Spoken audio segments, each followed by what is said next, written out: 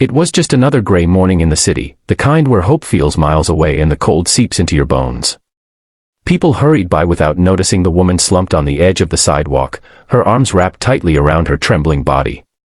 Her clothes were torn, her face pale from exhaustion and hunger. Her name was Clara, once a thriving young mother, now broken by a series of cruel twists life had thrown her way. Job loss, medical bills, eviction, everything had collapsed like a house of cards. Beside her stood her daughter, Lily, a little girl no older than 6, clutching a worn pink stuffed bear, her big brown eyes scanning every stranger that passed. She didn't understand poverty, but she understood pain. She understood that her mother hadn't eaten in 2 days and that sleeping on a concrete sidewalk wasn't normal. Lily had asked strangers for help before. Most ignored her. Some offered her $1. A few gave her dirty looks. But that morning, something inside her stirred, something brave, something desperate. When she saw a man in a leather jacket and pressed jeans walking toward them, holding a bottle of water, she stepped forward. Her voice trembled as she spoke, "Sir, please help my mom." The men slowed down. Most would have walked on. But not him. His name was Daniel Carter. On the surface, he looked like just another passerby, well-groomed, serious-faced, and clearly from a different world. What no one knew was that Daniel was a self-made tech millionaire, someone who had once grown up in a broken home himself. He had walked away from the business spotlight to find something real. He wasn't just wealthy in money, he had a soul full of compassion. And the sight of that little girl shattered something inside him. He crouched down, offering the bottle to Clara, who could barely lift her hand to accept it. He looked up at Lily and asked gently, "How long have you two been out here?" Lily hesitated, then whispered, "A week." Daniel nodded slowly, his heart pounding. He knew that look in Clara's eyes. It was the look of someone who'd given up, but was still alive because of the little hand holding hers.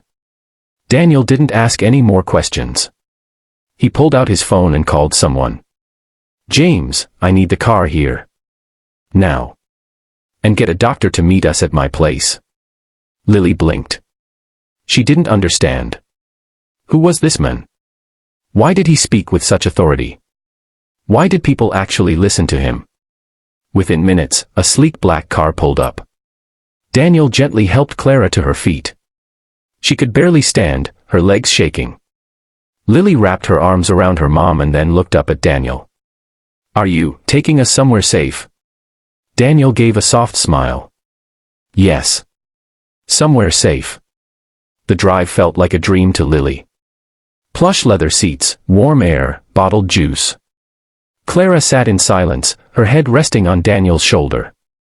She didn't ask where they were going. She didn't care. For the first time in days, she wasn't cold. She wasn't invisible.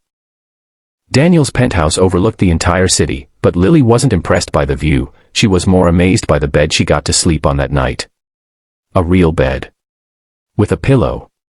And her mom, just down the hall, was finally being looked after. Daniel had called his private doctor, who examined Clara and immediately put her on 4 fluids. Malnutrition, fatigue, dehydration, it was a miracle she hadn't collapsed sooner. That night, Daniel sat in his office, staring out the window. His mind kept replaying the moment Lily had spoken to him. Something about her voice, so full of innocence and courage, it reminded him of his younger sister, who had died of illness when they were both kids. He felt like fate had led him to the sidewalk that morning. He didn't believe in coincidences anymore. The next morning, Clara woke up in a soft bed, confused and afraid. She didn't recognize the room. Panic flooded her until Lily appeared with a tray of food and said, "Mommy, you're safe now. That man helped us." Clara broke into tears. She hadn't cried in weeks. She didn't have the strength. But now, the tears came like rain. Daniel entered the room quietly. "Don't worry," he said. "You don't owe me anything. Just rest. Get strong for her." Clara couldn't understand. Why would a stranger do this? Who was he? The days passed. Clara grew stronger. Lily laughed again. Daniel started spending time with them, taking Lily to the park, helping Clara reconnect with herself. He never once mentioned money. But every little thing, from the stocked fridge to the new clothes, revealed that he was someone powerful. Still, he treated them like equals. Like family. As Clara started to heal, she opened up. She told Daniel about her life, her abusive ex-husband, the medical debt, the factory layoff, the eviction. Daniel listened, never interrupting. "You've survived more than most," he told her. "And you didn't break." One evening, Clara asked, "Why are you helping us?" Daniel paused before answering. "Because someone once helped me. And because your daughter reminded me that sometimes, all it takes is one voice to save a life." That night, as the city lights glowed outside, Lily whispered to her mother, "I think he's an angel, Mommy." Clara smiled. "Maybe he is." But the story was only just beginning. What they didn't know was that Daniel had already made a decision, one that would change their future forever.